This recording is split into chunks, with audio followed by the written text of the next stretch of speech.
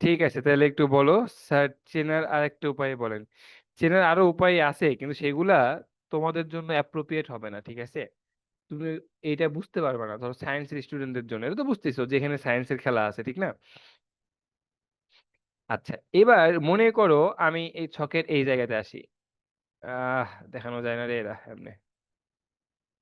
ওকে, এবার তুমি একটু চিন্তা করে দেখো, যে আমি তোমাকে বললাম যে সমস্ত অ্যাসিড কার্বন, হাইড্রোজেন এবং অক্সিজেন দিয়ে গঠিত, অন্য কিছু থাকবে না, সেগুলা সব হবে দুর্বল অ্যাসিড। আর যদি কার্বন, হাইড্রোজেন, অক্সিজেন বাদে, মানে এগুলোও থাকলো পাশাপাশি অন্য কিছু দিয়ে যুক্ত থাকে, তখন সেগুলো হবে সবল অ্যাসিড। এবার তুমি একটু ফলো করো, এখানে তোমার বইয়ে যে উদাহরণ দেওয়া আছে দেখো।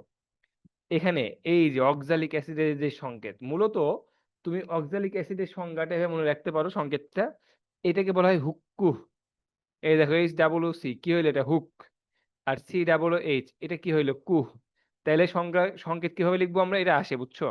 যে অক্সালিক অ্যাসিডের সংকেত কোনটা, হুক। H+C hook. আর ঠিক তার উল্টা লিখবা, আবার এদিক থেকে শুরু করবা, COOH হুক কুহ। এইটা হইতেছে অক্সালিক অ্যাসিডের সংকেত।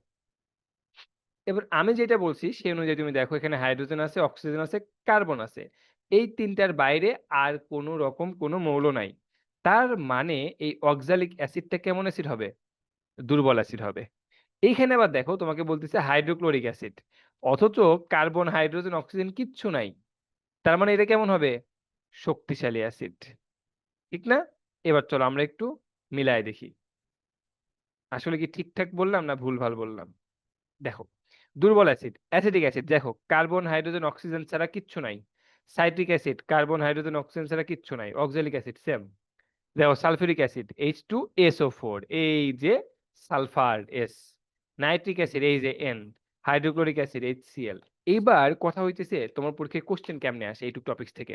কোশ্চেন আসবে এরকম: অ্যাসিড কাকে বলে? শক্তিশালী অ্যাসিড বলতে কি বোঝো? দুর্বল অ্যাসিড বলতে কি বোঝো?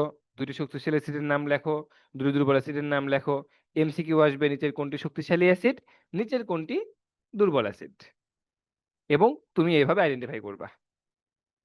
ঠিক আছে, বলো। ডান? ডান হইলে নেক্সট স্টেপে যাব।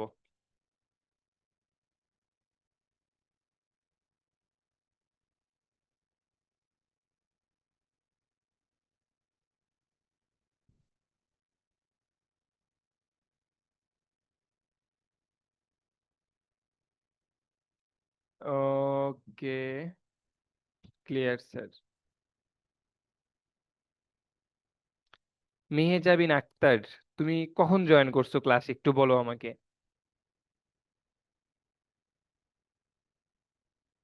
ক্লাসে কয়টায় জয়েন করছো? একটু কমেন্টস করো।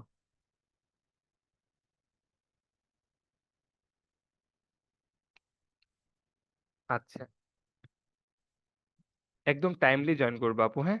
আচ্ছা, সেটা হচ্ছে দুর্বল অ্যাসিড এবং শক্তিশালী অ্যাসিড চেনার উপায়।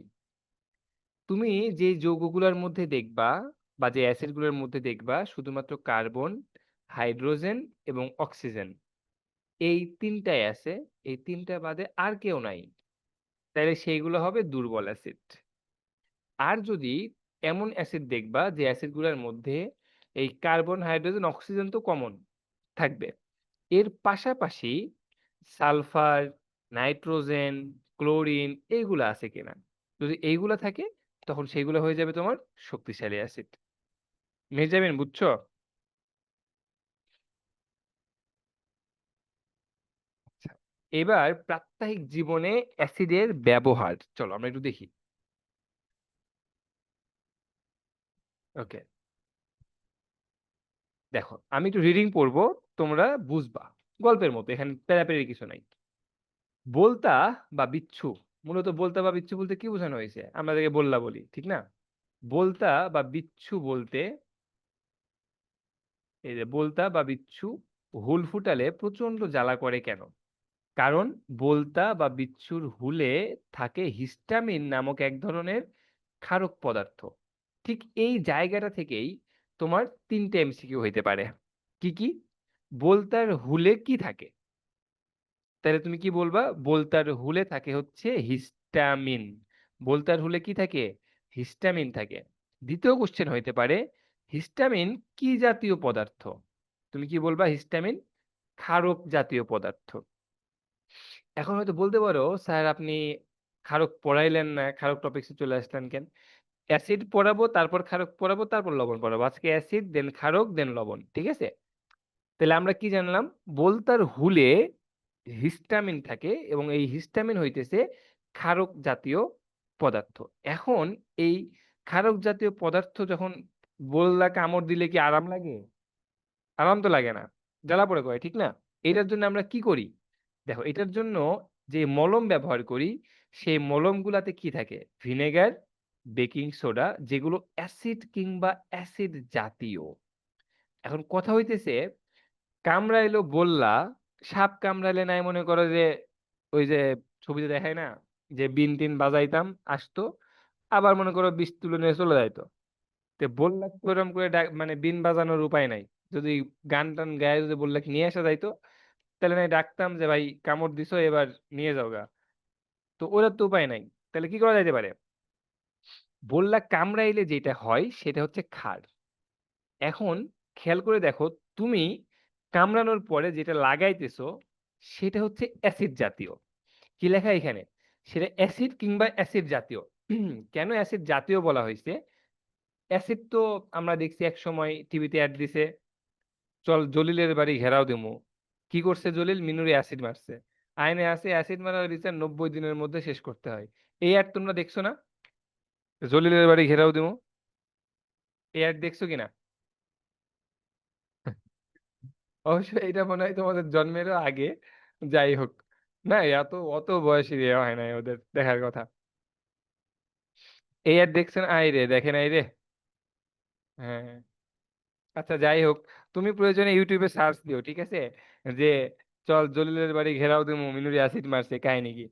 তো কাহিনী হচ্ছে, তো অ্যাসিড তো এইভাবে একসময় নিক্ষেপ হইতো, পরে অ্যাসিড নিক্ষেপের সর্বোচ্চ শাস্তি হচ্ছে মৃত্যুদণ্ড করা হইলো, ঠিক আছে? তারপরে মোটামুটি এখন আর দেশে অ্যাসিড নিক্ষেপ নাই। ওকে, বাঙালি হচ্ছে আইনের ভক্ত, শক্তের ভক্ত, নরমের জম। যাই হোক, তো এখন দেখা গেল বললা কামড় দিছে কাউরে, তুমি যা সরাসরি কি করছো, যে বইয়ে পড়ছো অ্যাসিড লাগাইতে হবে, মারলা অ্যাসিড, শেষ। এই জন্যই বলা হয়েছে অ্যাসিড জাতীয়। ওকে, আচ্ছা এখন কথা হচ্ছে, ক্ষারক উৎপন্ন হয়েছিল, আমি লাগাইলাম অ্যাসিড, কেন অ্যাসিড দিলে ব্যথাটা কমে যায়? এর সায়েন্সটা কি? এই যে পরে যে বলতিছে, যে ওইগুলা ওই ক্ষারকের সাথে বিক্রিয়া করে সেগুলো নিষ্ক্রিয় করে, ফলে জ্বালা আর থাকে না। খেলাটা ঘটে কই সেটা একটু বলি, একটু বুঝতে হবে। আমরা আমাদের যে গ্যাসের প্রবলেম হয়, ঠিক আছে না, গ্যাস্ট্রিকের যে প্রবলেমের কথা আমরা বলি, তারপর বলে না যে একটা গ্যাসের বড়ি খাওয়া দাও। তো গ্যাসের বড়ি খাইলে আসলে কি হয়? মূলত মানুষের পেটে গ্যাস হয়, ঠিক আছে, অ্যাসিড যেটা। আর তুমি যেটা খাও সেটা হইতেছে ক্ষার বা ক্ষারক। ওটার আবার ব্যাখ্যা আছে আলাদা, ওই ব্যাখ্যায় না যাই। তো পেটের মধ্যে আছে অ্যাসিড, তুমি বাইরের থেকে খাইতেছো ক্ষার, খাওয়ার পরে বাহ, সুন্দর আরাম লাগতেছে। আবার এখানে বললা কামড়াইলো, সেইটা হচ্ছে ক্ষারক, তুমি লাগাইলে অ্যাসিড, এখানেও আরাম লাগতেছে। তার মানে এই অ্যাসিড আর ক্ষারক এই দুইটাকে তুমি যদি এক জায়গাতে করো, এখানে কোনো না কোনো একটা খেলা হয়, যেটার জন্য আমার তখন আরাম লাগে। সেই খেলাটা কি? অ্যাসিড এবং ক্ষারক দুইটা বিক্রিয়া করে ওদের ধর্ম থেকে চেঞ্জ হয়ে যায়, চেঞ্জ হয়ে দুইটা আলাদা জিনিস উৎপন্ন করে। একটা হচ্ছে লবণ, আর আরেকটা হচ্ছে পানি। ইউ চিন্তা করো, পেটের মধ্যে ছিল অ্যাসিড, দিলা ক্ষার, ব্যথাইতেছিল পেট বা বুক যেটাই হোক। পরে পেটের মধ্যে ওই জিনিসগুলো নাই হয়ে গেল, ওইগুলোর পরিবর্তে তোমার পেটে তৈরি হইলো লবণ আর পানি। পেটের মধ্যে লবণ আর পানি থাকলে কি খারাপ লাগবে? খারাপ তো লাগবে না। বাস, এভাবেই গ্যাসের ওষুধটা বা গ্যাসের ব্যথাটা কমে যায়। ঠিক এখানেও তাই ঘটছে। ক্লিয়ার? তাইলে আমরা কি এটা জানতে পারলাম যে অ্যাসিড বা অম্ল এবং অ্যাসিড ও ক্ষার পরস্পর বিক্রিয়া করে লবণ ও পানি উৎপন্ন করে। ওকে, তাইলে আমরা বললা কামড়া কামড়ির কাহিনী বুঝলাম। এরপরে আসো, দাওয়াত বাড়িতে গেছো, খাইছো পোলাও রোস্ট, একবারে খায় পেট ফুলায় ফেলছো, মানে এমন অবস্থা যে আর জায়গা নাই, ঠিক আছে? তখন কি করা লাগবে? একটু ঢেকুর তুলে অনেকেই, ঠিক না?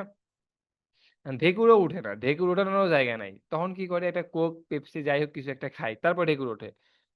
এই যে ঢেকুরটা তুলে এইটা আসলে কি জন্য তুমি খাইছো, ধূপধাপ ধূপধাপ খাইছো। এখন আমাদের যে পাকস্থলী, ওই পাকস্থলীর একটা নির্দিষ্ট ক্যাপাসিটি আছে, যে পাকস্থলীতে খাবার হজম বা পরিপাক করতে গেলে পাকস্থলীতে হাইড্রোক্লোরিক অ্যাসিড যেটা, এটা নির্দিষ্ট মাত্রায় থাকতে হবে। যতদূর সম্ভব এটা হচ্ছে 2.5। ঠিক আছে, এরা অ্যাসিড পিএইচ এর মান বলা হয় আর কি। পাকস্থলীতে পিএইচ এর মান থাকতে হবে 2.5। ধরো কোনো কারণে এই পাকস্থলীর পিএইচ এর মান তোমার কম বেশি হয়েছে, যার ফলে তোমার খাবারটা হজম হইতেছে না ঠিক মতো। আমরা কি করি, এই যে কোমল পানীয় যেগুলা খাই, পেপসি বলো, এগুলা সবকিছু কি করে পাকস্থলীতে পিএইচ এর যে মাত্রা আছে সেই মাত্রাটাতে নিয়ে আসে, যার ফলে তোমার খাবার হজম করতে সাহায্য হয়। তাহলে দুইটা জিনিস শিখলাম, একটা হইতেছে বল্লা কামড়াইলে বিন দিয়ে বল্লাক ডেকে নিয়ে আসবো, ঠিক না? আর হইতেছে বেশি বেশি পেপসি খাবো। বলো ঠিক কিনা?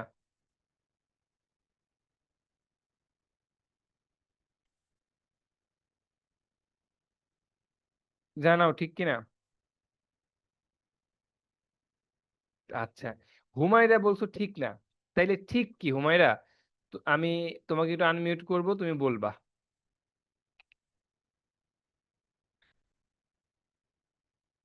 হুমায়রা আনমিউট করছি, বলো। জি স্যার। আচ্ছা বলো তাইলে ঠিক কি, মানে বল্লা কামড়াইলে আমাকে কি করতে হবে? মানে ওই যে বল্লা কামড়াইলে যে আমরা বিভিন্ন ধরনের মলম ব্যবহার করে থাকি, ওতে বিভিন্ন জাতীয় হচ্ছে মানে ক্ষারক পদার্থ, যেগুলো অ্যাসিড জাতীয় পদার্থ থাকে, যেগুলো হচ্ছে বিক্রিয়ার মাধ্যমে আমাদের আচ্ছা ক্ষারক কই থাকে? বল্লা কামড়াইলো, আমি মলম লাগাবো বুঝলাম, ক্ষারক কই থাকে আর অ্যাসিড কই থাকে, মানে এই ঘটনার মধ্যে? ওই যে আমরা যে মলম গুলো লাগাই ওগুলোতে হচ্ছে বিভিন্ন অ্যাসিড জাতীয় পদার্থ থাকে। আচ্ছা, আর ক্ষারক কই থাকে? ওই যে আমাদের বল্লাই বা বিচ্ছুতে কামড়ালে যে হ্যাঁ ঠিক, ওই জায়গাটাতে হ্যাঁ তোমার কি হয়, ক্ষারক পদার্থ থাকে। হিস্টামিন উৎপন্ন হয়। এই হিস্টামিনটা হিস্টামিন। হইতেছে কি ক্ষারক জাতীয় পদার্থ, ঠিক আছে। জি স্যার। Okay good. আচ্ছা নেক্সট কোশ্চেনটা হইতেছে, তো আমার কোশ্চেন হইতেছে যে হচ্ছে আমরা যে কোমল পানীয় খাই, ঠিক আছে, কেন জি, খাই, আর ওই কাহিনীটা কি, আসলে কি হয় পেটের ভিতরে, বলো।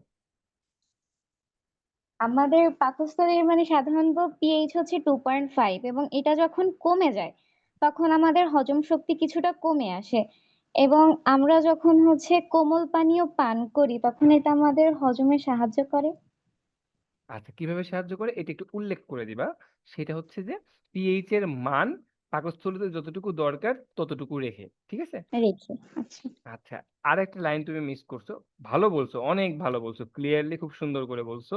আরো একটা লাইন হচ্ছে, সেটা হচ্ছে তুমি হচ্ছে ও আচ্ছা, তুমি বললে হচ্ছে যদি কোনো কারণে পিএইচ এর মান কমে যায়, মানে 2.5 এ কমে আসে, ঠিক আছে, শুধু যে কমে গেলেই হবে তা না, তুমি এরকম বলতে পারো সেফ জোনের জন্য, যে পাকস্থলীতে যদি এই পিএইচ এর মানের তারতম্য ঘটে বা পার্থক্য ঘটে, ঠিক আছে, জি স্যার।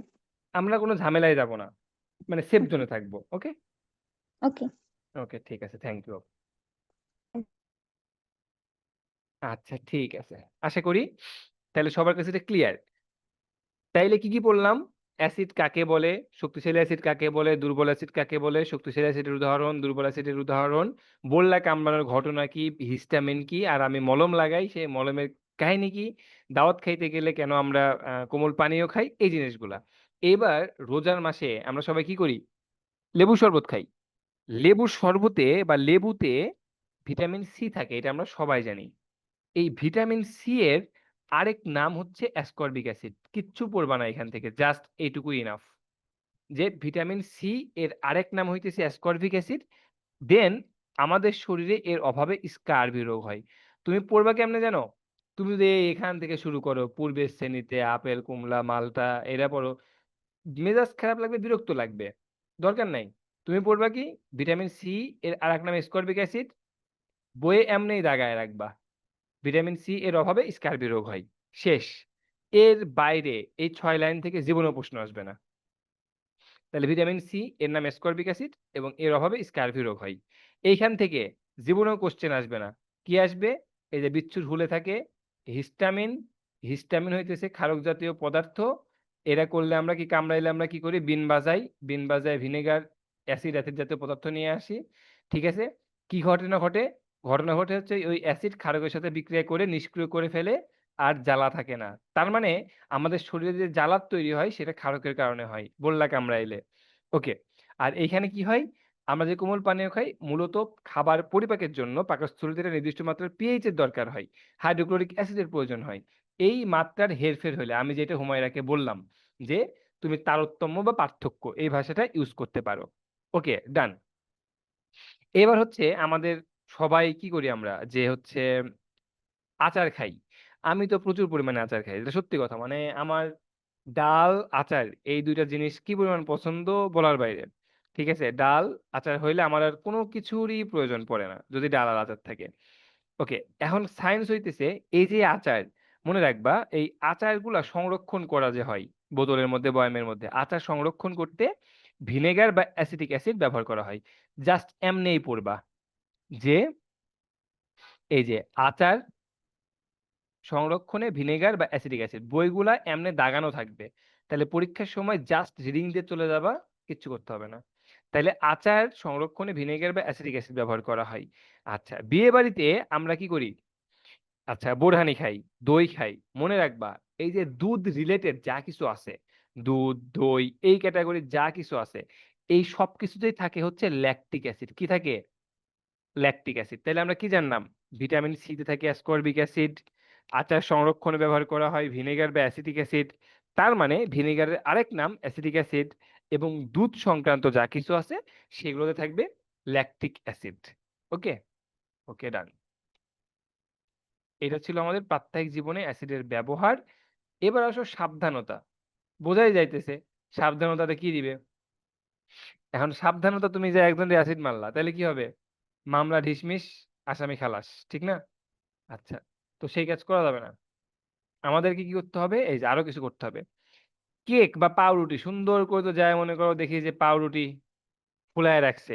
এই কেক বা পাউরুটি ফুলাইতে কি ব্যবহার করা হয় জানো, কার্বন ডাই অক্সাইড। তোমার বইয়ে জাস্ট এমনি দাগানো থাকতে হবে, সুন্দর করে নীল কালি দিয়ে গোল করবা, কেক বা পাউরুটি ফুলাই গোল করবা, দেন এখান থেকে একটা কানেকশন দিয়ে দিবা। পরীক্ষার আগে কি হবে, ওকে কার্বন ডাই অক্সাইড কেক বা পাউরুটি ফুলাতে ব্যবহার করা হয়। আচ্ছা, তারপরে টয়লেট পরিষ্কার করতে কি ব্যবহার করা হয়, hydrochloric acid, nitric acid, sulphuric acid.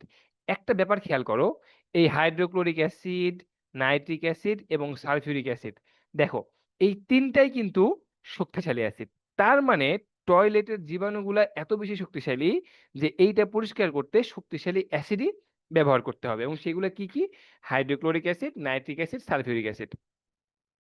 এবার মনে করো যে আমি যতটুকু পড়ায় আসছি আমি জাস্ট রিভিশন দেওয়ার চেষ্টা করি। আমরা কি বলছি, লেবুতে থাকে ভিটামিন সি, ভিটামিন সি এর আরেক নাম কি, অ্যাসকর্বিক অ্যাসিড। ভিটামিন সি এর অভাবে কি হয়, স্কারভি রোগ হয়। দুধ দই এগুলোতে কি থাকে, ল্যাকটিক অ্যাসিড। তারপরে কি বলছি, রুটি ফোলাইতে কি ব্যবহার করা হয়, কার্বন ডাই অক্সাইড। আরো একটা জিনিস পড়ছিলাম, ও আচার সংরক্ষণে ভিনেগার বা অ্যাসিটিক অ্যাসিড। তারপরে কি বললাম, টয়লেট পরিষ্কার করতে শক্তিশালী অ্যাসিড লাগে, hydrochloric acid, nitric acid, sulphuric acid. ঠিক আছে। আচ্ছা, এইবার তোমাদের অনেকের বাসায় আইপিএস আছে, অনেকে দেখছো যে মাইক বাজাইতে ওই যে একটা ব্যাটারি নিয়ে ঘুরে, ঠিক না? অ্যাকচুয়ালি ওই ব্যাটারি বা আইপিএস এর যে উপাদান, এগুলা হইতেছে এই সালফিউরিক অ্যাসিড। কি, সালফিউরিক অ্যাসিড। তাহলে আমরা মনে রাখতে পারবো যে ব্যাটারিতে কি থাকে, সালফিউরিক অ্যাসিড থাকে। কি থাকে, সালফিউরিক অ্যাসিড থাকে। এই এই যে কয়টা বললাম, ব্যাটারিতে সালফিউরিক অ্যাসিড, টয়লেট পরিষ্কারকে শক্তিশালী acid, cake ফুলাইতে carbon die oxide, ভিনেগারের, এই কয়েকটাই ইম্পর্টেন্ট। আর এইখানে যেটুকু দেওয়া আছে এইগুলা এত বেশি ইম্পর্টেন্ট না, তুমি জাস্ট মনে রাখলেই হবে অ্যামোনিয়াম নাইট্রেট এগুলা কি হয়, ওই সার টার হিসেবে ব্যবহার করা হয়, এতটুকুই। ঠিক আছে। এইবার বলো, তোমাকে যদি কোশ্চেন দেয় যে তোমার দৈনন্দিন জীবনে কিভাবে অ্যাসিড ভূমিকা রাখে, তুমি কি লিখতে পারবা? একটু টেকনিক শিখাই কিভাবে ভূমিকা রাখে। আমি মানে খাবার খাই, এই খাবার খাওয়ার পর হজম করতে গেলে পাকস্থলীতে একটা নির্দিষ্ট মাত্রার পিএইচ বা অ্যাসিডিক কন্ডিশন দরকার। অনেক সময় এই মাত্রার তারতম্য ঘটে, তখন আমরা কোমল পানীয় খাই যেইটা পাকস্থলীতে খাবার হজম করার জন্য সঠিক পিএইচ বা অ্যাসিডিক কন্ডিশন বজায় রাখে। আচ্ছা। এরপরে আমাদের দৈনন্দিন জীবনে বাসাবাড়িতে আমরা বিভিন্ন ধরনের ব্যাটারি ব্যবহার করি। আমার বাসায় আইপিএস আছে। সেই ব্যাটারিতে আইপিএস এর ব্যাটারি হিসেবেতে সালফিউরিক অ্যাসিড ব্যবহার করা হয়। আমার আম্মা আচার বানায়, আচার খাইতে আমার খুব ভাল লাগে। সেই আচার সংরক্ষণ করে রাখার জন্য যাতে নষ্ট হয়ে না যায়, এজন্য আমি ভিনেগার বা অ্যাসিটিক অ্যাসিড ব্যবহার করি। রমজান মাসে রোজার দিনে আমি স্কারভি রোগ থেকে বাঁচার জন্যে লেবু খাই। কারণ লেবুর মধ্যে ভিটামিন সি আছে। সন্ধ্যার সময় আমি নাস্তা করি যে এখানে কেক বা পাউরুটি থাকে।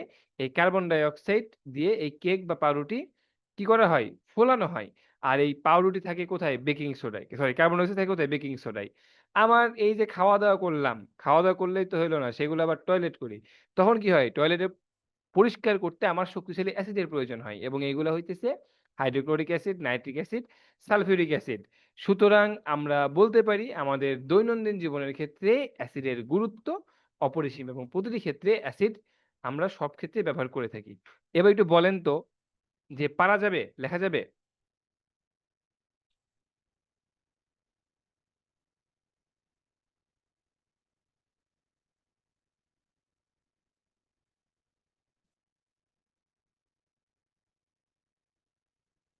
পারবা? ওকে, ঠিক আছে। তাইলে এইটা ছিল আমাদের ব্যবহার। ওকে? এবার আমরা একটু যাই। এখানে এগুলা পড়তে যাইও না। এই দলগত কাজ, ঘোড়ার ডিম। এখন কইতে পারো স্যার ঘোড়ার ডিম কইলেন কি জন্যে? ঘোড়ার ডিম কইলাম। কারণ হইতেছে আমার কাছে মনে হয় ভাই যার আসলে কোনো ভিত্তি নাই। মানে এগুলো যে দিছে, এগুলো না তোমার মানে স্কুলে করাবে, না জীবনে পরীক্ষায় আসবে, কিছুই না। ইভেন এটা যে জানা লাগবে, এটা এত ইম্পোর্টেন্টও না। হুদাই। ঠিক আছে? আচ্ছা যাই হোক।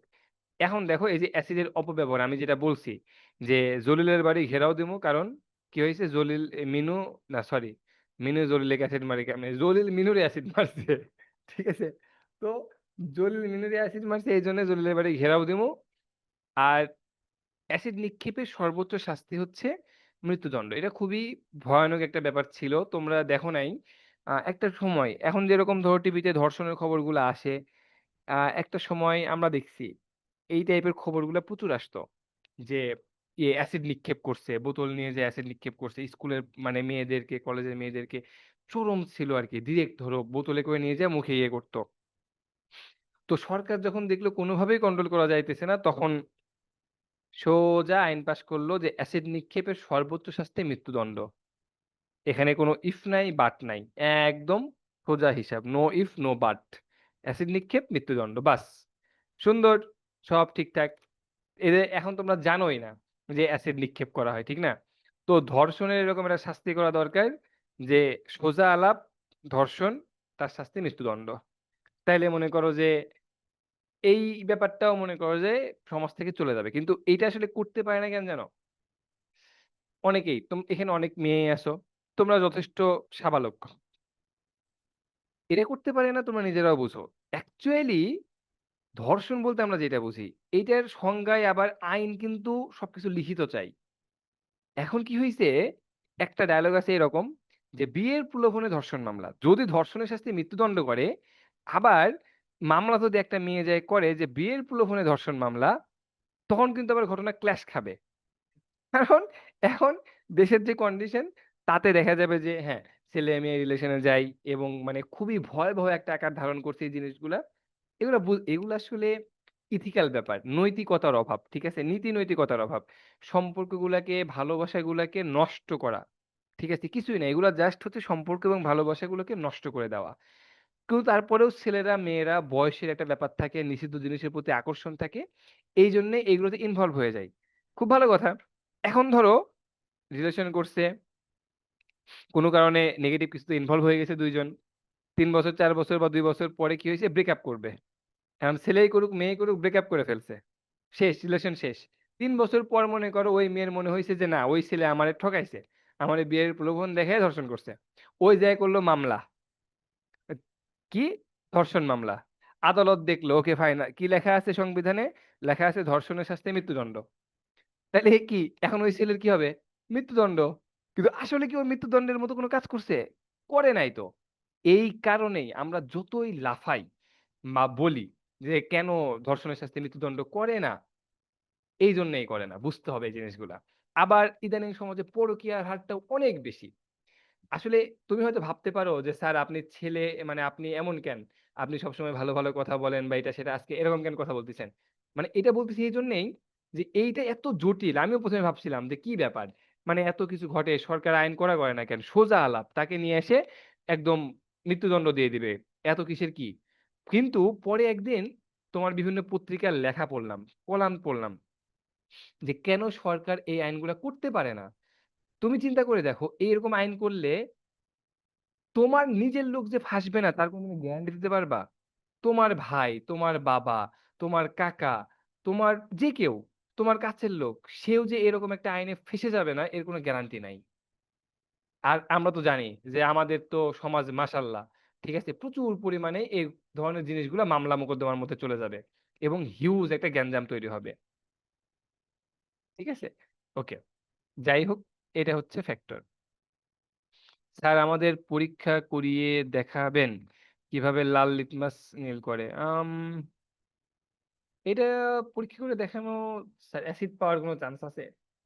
লিটমাস পেপার পাওয়া যাইতে পারে। ভিনেগার দিয়ে কাজ হবে? লিটমাস পেপার পাওয়া যাবে? আচ্ছা ঠিক আছে ইনশাআল্লাহ আমি নেক্সট ক্লাসে এইটা তোমাদেরকে দেখানোর সর্বোচ্চ চেষ্টা করব, হ্যাঁ? আমার পক্ষ থেকে সর্বোচ্চ চেষ্টা থাকবে। যাই হোক, যেখানে ছিলাম, তো অ্যাসিড নিক্ষেপের সর্বোচ্চ শাস্তি হচ্ছে মৃত্যুদণ্ড। তুমি এখানে কি মনে রাখবা? মনে রাখবা যেটা সেটা হইতেছে যে ১৯৯৫ সালের আইন অনুযায়ী যাবজ্জীবন কারাদণ্ড থেকে মৃত্যুদণ্ড পর্যন্ত হতে পারে। এর বাইরে বেশি কিছু পড়ার প্রয়োজন নাই। এই টপিকস থেকে এটা আসে না খুব একটা বেশি, হ্যাঁ? আচ্ছা। এইবার এই যে পাকস্থলীতে অ্যাসিডিটির কারণ ও সঠিক খাদ্য নির্বাচন। খাও খালি মুড়ি আর কও স্যার গ্যাস হইছে। তে তো হবেই। ঠিক না? এখানে এই টপিকসটাতে বোঝানো হইছে যে অ্যাকচুয়ালি তোমাকে কি, কি টাইপের খাবার খাইতে হবে যাতে তোমার পেটে এই গ্যাসের প্রবলেমস গুলা না হয়। ঠিক আছে? এবং আমি যে ব্যাখ্যাটা তোমাদেরকে করলাম সেটা। চলো আমরা একটু রিডিং পড়ি, কেমন? পাকস্থলীতে খাদ্য হজম করার জন্য আমাদের সবার হাইড্রোক্লোরিক অ্যাসিডের প্রয়োজন হয় এবং সেটি নিজে থেকেই আমাদের পাকস্থলীতে তৈরি হয়। আমরা কি বাইরে থেকে বলি যে, "হা কর হাইড্রোক্লোরিক অ্যাসিড দেই।" না, ভাই কি জানি বলে ভুলভাল কাজ কইরো না কোনদিন। ওইরকম করে হাইড্রোক্লোরিক অ্যাসিড দিলে মানে মইরে পুড়ে ছাই হয়ে যাবে কিন্তু। ঠিক আছে? এই বিষয়ে কোনো সন্দেহ নাই। ওকে? যাই হোক। তো কোন কারণে যদি এই অ্যাসিডের মাত্রা বেড়ে যায়, তখনই দেখো তোমাকে পাকস্থলীতে অ্যাসিডিটি দরকার 2.5 এটা বেড়ে গেল। তার মানে কি? অ্যাসিডের পরিমাণ বাড়ছে। তার মানে তোমার পাকস্থলীতে গ্যাস হইছে। এই যে। এখন এই যে গ্যাসটা হইছে, এই গ্যাসটা কমানোর উপায় কি? আর এমন কোন, কোন খাবার আছে যেগুলো খাইলে আমার এই গ্যাস হবে না, এটা বুঝতে হবে। কমানোর উপায় গ্যাসের বড়ি খাও। প্যান্টোনিক্স, সেকুলো এগুলা খাও। ঠিক আছে? ওকে। আর এইগুলা কোন, কোন টাইপের খাবার খেলে অ্যাসিডিটি হয় সেইটা আমাদেরকে জানতে হবে। এই যে, এই দেখো আমরা যে সমস্ত পানীয় আর ফলের রস পান করি তার প্রায় সবই অম্লীয়। যায়ে ভাই সমানে আমড়ার জুস দেন। তারপরে কি আছে? কমলার জুস দেন, মালটার জুস দেন। এরে ভাই এগুলো কি? টক। তো টক মানে কি? অ্যাসিড। তুমি শরীর ঠান্ডা করার জন্য ঢোকে গ্লাসে খাইতেছো। এক্ষেত্রে গ্যাস হবে। সিম্পল হিসাব। মানে কিছু চিন্তাই করা লাগবে না। তুমি নরমাল চিন্তা করো। তুমি যাই জুস খাইতেছো। কিসের জুস খাবা তুমি? মালটার জুস, কমলার জুস, আমড়ার জুস, নুডলসের জুস, কেকা ফেরদৌসি হইলে। ঠিক আছে? তো এই জুস গুলাতে কি আছে? টক লাগে। তার মানে কি? অ্যাসিডিটি। তো হিসাব শেষ, ক্লিয়ার হিসাব। তার মানে হইতেছে তোমার অ্যাসিডিটি হইছে। তাইলে এগুলা খাওয়া কি করতে হবে? বন্ধ করে দিব? না। এগুলো আমাকে খাইতে হবে লিমিট রেখে। একবারে পাইলাম মাংনা আর করলাম কামনা এরম না বিষয়টা। ঠিক আছে? ওকে। দ্বিতীয়ত চা, কফি অতিরিক্ত খাওয়া যাবে না। মনে রাখবা, একটা কথা আছে এরকম, "access of anything is very bad." মানে যেকোনো কিছুর ক্ষেত্রে অতিরিক্ত যা কিছুই সবকিছুই কি খারাপ। "Access of anything is very bad." সেটা খাবার বলো, ভালোবাসা বলো, সম্পর্ক বলো, সম্পর্কের লিমিট বলো সবকিছু। ইভেন তোমার কাজ। তোমার যতটুকু করা দরকার তুমি যদি তার চাইতে বেশি করো তাহলে সেটাও খারাপ। ঠিক কি না? তাহলে excess of anything is very bad. Okay? Okay. এটা মনে রাখবা। এরপরে আচ্ছা তাহলে এখন অ্যাসিডিটি তো হয়ে গেল। অ্যাসিডিটি হইলে কি হয়? অ্যাসিডিটি হইলে আমাদের দুশ্চিন্তা হয়, নিয়মিত খাবার খাওয়া যায় না, ঘুম হয় না। উপায় কি? উপায় হচ্ছে গ্যাসের বড়ি খাবো। দ্বিতীয়ত সবুজ শাকসবজি খাবো। কথা হইতেছে শাক আর সবজি আমরা সবসময় মিক্সড করে ফেলি। কিন্তু না, শাক বলতে বোঝায় লাল শাক, পালং শাক, কচুর শাক, কলার শাক, ঢেঁকির শাক। কলার শাক হয় না। যাই হোক কথার কথা কইছি আরকি। আর সবজি বলতে বোঝায় শিম, গাজর, বিট, শসা, টমেটো, টমেটো আবার আরেক ক্যাটেগরি যাই হোক, এগুলা। ঠিক আছে? তো আমরা কি করব? এই শাকসবজি খাবো। এগুলা খাইলে আমাদের অ্যাসিডিটি বা গ্যাস কম হবে। ওকে? ইয়া আল্লাহ মাবুদ! কে একজন জিগাইছে, স্যার অম্লীয় কি? কি জানি কয় এটা ডায়লগ? সারারাত রামায়ণ পড়ে কি জানি স্যার ডায়লগটা? সারারাত রামায়ণ পড়ে সকালে কয় সীতারামের মা। ঠিক আছে? সারারাত রামায়ণ পড়াইছে, পড়ানোর পরে সকালে কইতেছে যে পড়ছে আরকি। পড়ানোর পরে কইতেছে যে সীতারামের কি হয়? কয় মা হয় বা মাসি হয়। মানে এমন পড়া পড়ছে যে ভুলে গেছে। কিছুই মনে নাই। Ram, Sita, husband wife. হ্যাঁ। তে এ হইছে তাই। ভাই পড়াইতেছি অম্ল, ক্ষারক, লবণ। কতক্ষণ ধরে পড়াইতেছি অম্ল, ক্ষারক, ভাই অম্ল যেইটা ওইটাই অ্যাসিড। ঠিক আছে? অম্ল মানেই অ্যাসিড। যাহা লাও তাহাই কদু। যাহা লাও তাহাই কদু, যাহা অম্ল তাহাই অ্যাসিড। ওকে। এইবার চলে আসো। সেটা হচ্ছে এই যে আরেকটু আছে পিএইচ এর মান। এইটা খুবই ইম্পোর্টেন্ট টপিকস। মনে রাখবা তুমি যেটা দেখতেছো একদম স্ট্রেট চিন্তা করো। মানে মুখস্থ করার কোনো প্রয়োজন নাই। এখনই মুখস্থ হয়ে যাবে। পিএইচ এর একটা স্কেল আছে। এই পিএইচ এর স্কেলের মান 0 থেকে শুরু করে 14 পর্যন্ত। তাহলে পিএইচ স্কেলের মান কত পর্যন্ত? 0 থেকে 14 পর্যন্ত। পিএইচ স্কেল কেন ব্যবহার করা হয়? সেই জিনিসটা অ্যাসিড নাকি ক্ষার তা মাপার জন্য। 0 থেকে 14 র মধ্যে মনে রাখবা 7 এ হইতেছে গোলালু। মানে নিরপেক্ষ। ঠিক আছে? যদি কারোর পিএইচ ৭ হয় তখন বুঝবা সে হইতেছে নিরপেক্ষ। ৭ এর নিচে অর্থাৎ 0 থেকে ৬ পর্যন্ত এই কয়জন হইতেছে অ্যাসিড। এই কয়জন কি? অ্যাসিড। মনে রাখবা যত কম তত শক্তিশালী অ্যাসিড। তার মানে ধরো পিএইচ স্কেলে একজনের মান হইল ৬। পিএইচ স্কেলে একজনের মান হইল ৬। আর পিএইচ স্কেলে আরেকজনের মান হইল ২। কথা হচ্ছে যে কোনটা বেশি অ্যাসিড। মনে রাখবা যেটা কম সেটা বেশি অ্যাসিড। কারণ কি? এই নিরপেক্ষ থেকে তুমি যত বাম দিকে গেছো, যত বাম দিকে গেছো সেটা তত বেশি অ্যাসিডিক হইছে। আর তুমি যত ডান দিকে গেছো তত ক্ষারীয় হইছে। তার মানে হইতেছে পিএইচ স্কেলে যদি কারো মান ১৪ হয়, বৃষ্টি নাকি স্যার? আর পিএইচ স্কেলে যদি কারো মান ১০ হয়, আমার কোশ্চেন হইতেছে কোনটা বেশি ক্ষারীয়? ১৪ নাকি ১০? কে বেশি ক্ষারীয় বলো? ঘটনা সত্য ১৪ ডান। তাহলে মনে থাকবে এটা ভুল করা যাবে না। এরপরের কন্ডিশন আসছে কোশ্চেন এখান থেকে আরেকটা আসে। সেটা হচ্ছে এই যে কিছু, কিছু পেজ দেওয়া আছে।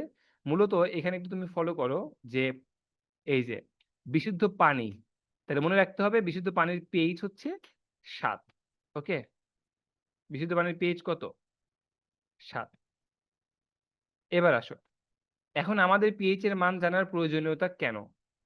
পিএইচ এর মান আমাদের কেন জানতে হবে? এইখানে যে ব্যাপারটা আছে এই জিনিসটা ব্যাখ্যা করতে হবে। এটা আজকে করাইতে পারব না। আজকে আসলে প্রচন্ড গরম। আর আমি আজকে একটু বেশি চিল্লায় ফেলছি মনে হয়। খুব বেশি টায়ার্ড লাগতেছে। তো আই এম রিয়েলি সরি। এই যে দেখো এসিড শেষে আরকি। এই টপিকস টুকুই আছে আরকি। এই যে ব্যবহার। এরপরে খাট ধরবো নেক্সট দিনে। তো পরের দিন এই ব্যবহারটুকু পড়ায়ে আমরা খাট স্টার্ট করব ইনশাআল্লাহ। ওকে? তো একটু জানাও যে আসলে ক্লাসটা তোমাদের কেমন লাগছে? তাইলে একটু নেগেটিভ, পজিটিভ যেইটাই হোক একটা লাগে আরকি যে ঠিক আছে এভাবে পড়াইতে হবে বা এরকম, এরকম ব্যাপার। সবাই একটু কমেন্টস করলে আমার জন্য সুবিধা হয়। আচ্ছা হুমায়রা ওটা একদিন রেকর্ড ক্লাস দিয়ে দিব আপু। Thank you. ওকে ঠিক আছে। ঠিক আছে? তো সবাই ভালো থাকো। ইনশাআল্লাহ পরবর্তী এই অধ্যায়েরই নেক্সট যেদিন আবার ক্লাস আছে রুটিনে দেইখো। ইনশাআল্লাহ আমিই নিবো। সেদিন দেখা হবে। আল্লাহ হাফেজ। আসসালামু আলাইকুম।